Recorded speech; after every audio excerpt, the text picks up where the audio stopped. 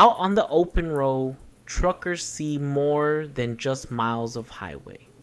They carry stories that never make it onto the logbooks, whispers of the unseen, moments that blur the line between the living and the spirit world.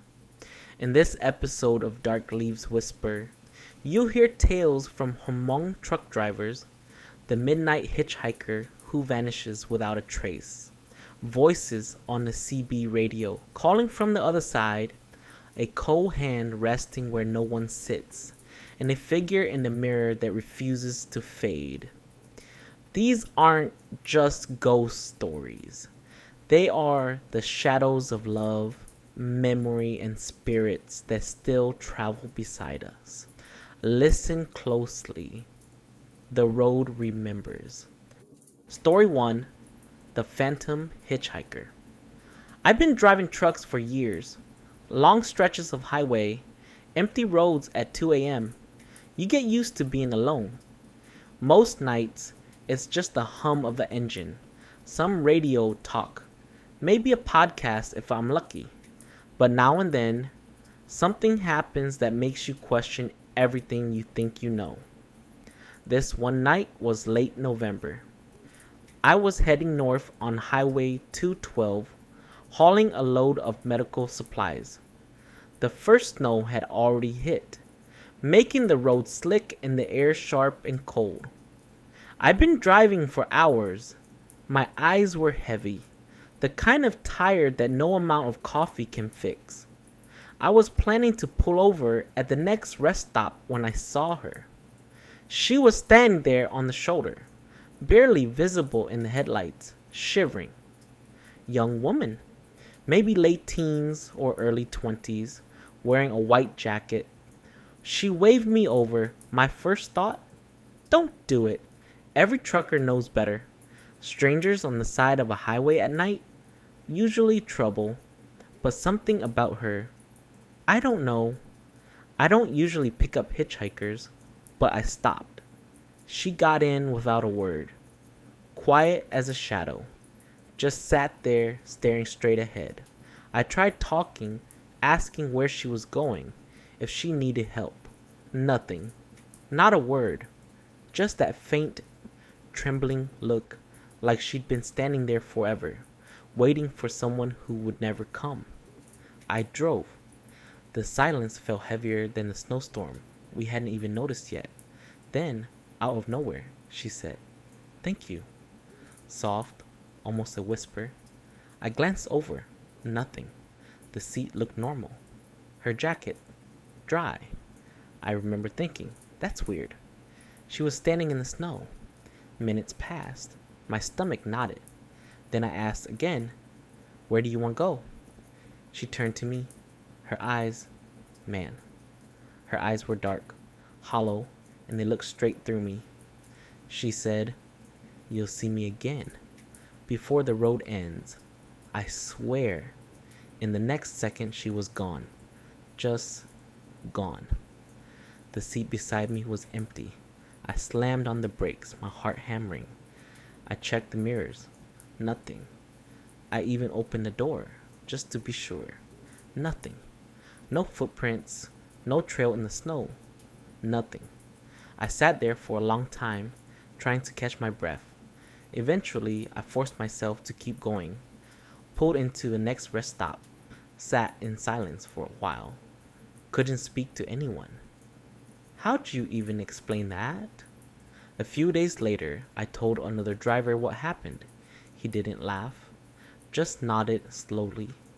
Said there was a story about that stretch of 212. A girl who died decades ago in a car crash on a winter night just like that one. People say her spirit still walks the road, looking for a ride, trying to get home. I never went back there without thinking about her. Her eyes, that voice. I've been on that road many times since, and sometimes, just sometimes, I feel like she's still out there, waiting. And that's the thing about moments like this. You can't shake them. They stick. You can drive 1,000,000 miles, see 1,000,000 towns, hear 1,000,000 radio stations, and still feel her there, riding along, just out of sight. So do I believe in ghosts? Yeah, I do. Not the kind you see in movies. The kind that makes you hold the wheel tighter, make your stomach turn, and make you remember. Some people, or spirits, just never make it home. Story 2. The voice on the CB radio. I was on a long haul down I-80, somewhere between Omaha and Des Moines. Midnight again. Funny how it always seems to happen when it's late, when the highways are empty and the world is sleeping. I had been driving straight for hours, headlights cutting through the darkness, my radio mostly dead, static, a few truckers chatting in the background. I leaned back in my seat, tired but awake enough to notice the hum of the tires on the asphalt, when a voice came through the CB. Not the usual crackly chatter, but soft, clear, almost too calm. "Hey, can you hear me?" I froze. My hand tightened on the wheel. Odd, because I hadn't pressed the talk button. I replied, a little unsure. "Yeah, I hear you. Who is this?" No response for a moment. Then the voice again. Quiet, but familiar in a way that made my chest tighten. "Don't be afraid. I'm just looking for a ride." I laughed nervously, thinking some other driver was trying to mess with me. "You've got the wrong truck, buddy," I said, glancing at the road ahead. No lights behind me, nothing. Just darkness and the hum of my engine. And then it spoke again, only this time. The words were my name, not my full name, just the way people who know you well would say it. "Hey, Mike!" I slammed my hand on the radio. "Who is this?" I shouted, static. Then silence. I kept driving, trying to tell myself it was fatigue, a hallucination from staring at the dark for too long. But then, every so often, over the static, I would hear it again, soft, calling my name, asking for a ride, describing things only I would know. The truck I was driving, the load I had, the route I'd taken. I stopped at a truck stop near Cedar Rapids to clear my head. Sat in my cab, heart pounding. I asked some guys inside if they ever had their CB act up weird, hear things that didn't make sense. Some laughed, some nodded. One older driver leaned in and said, "Sometimes the road, it talks. Sometimes it's people who never left." I didn't sleep well that night, kept the truck on for hours listening. Every time I thought I had calmed down, the radio would click again. Just a whisper, just my name, just that same soft request for a ride. I never figured out who or what it was. Never found a hitchhiker, never met anyone else who could explain it. But I've been on that stretch of I-80 dozens of times since.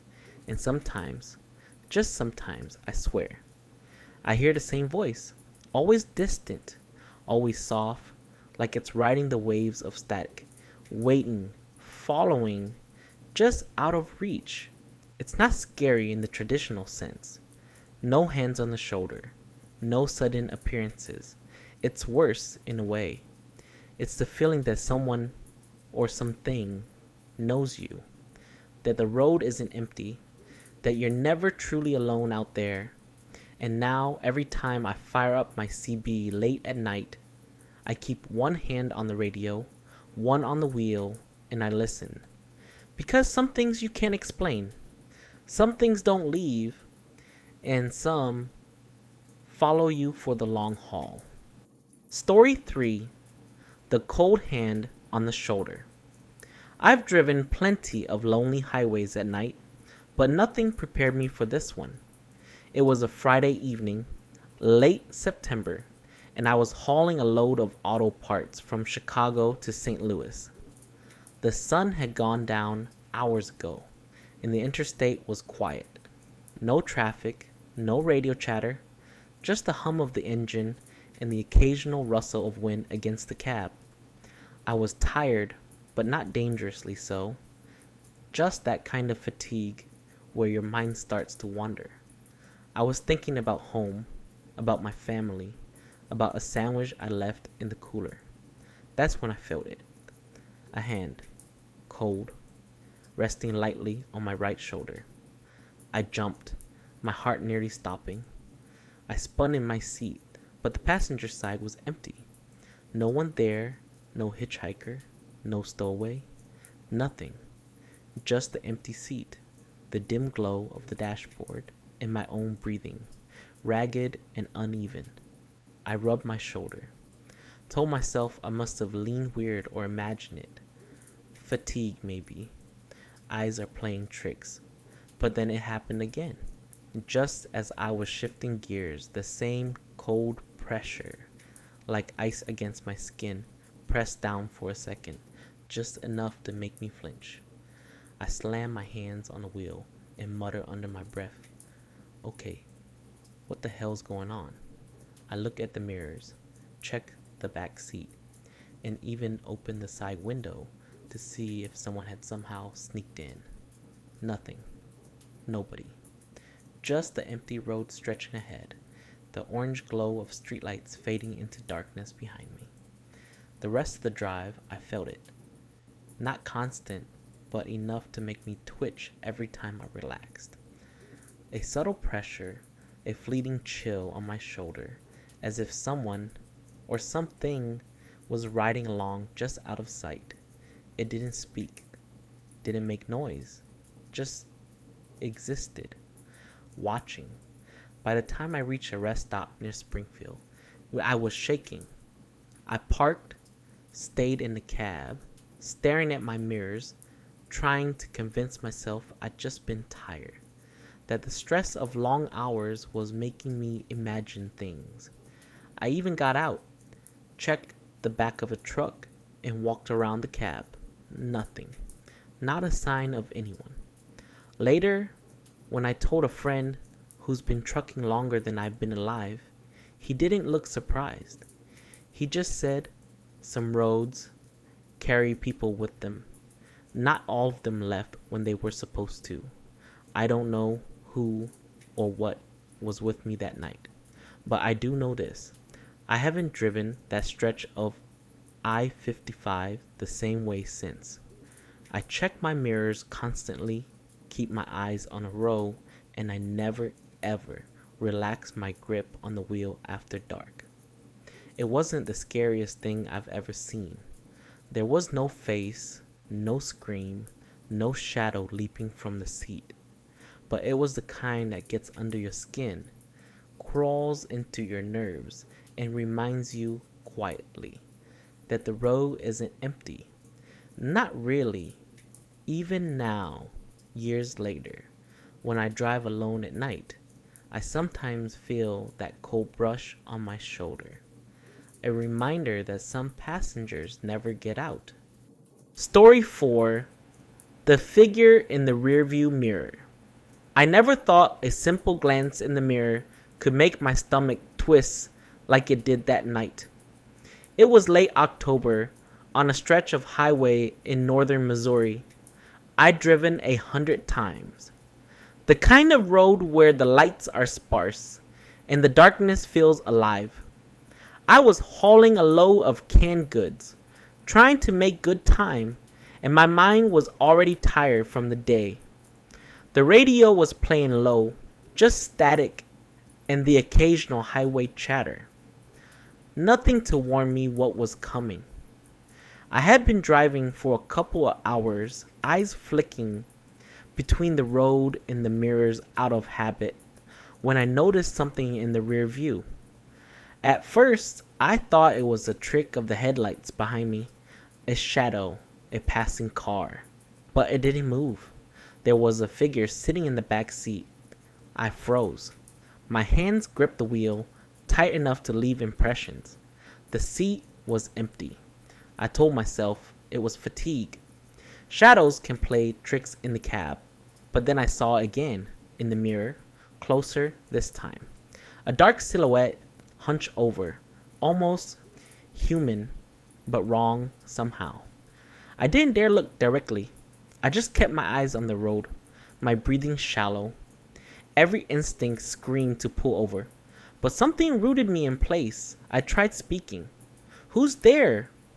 My voice came out rough, trembling. No answer. Just that figure, reflected, watching.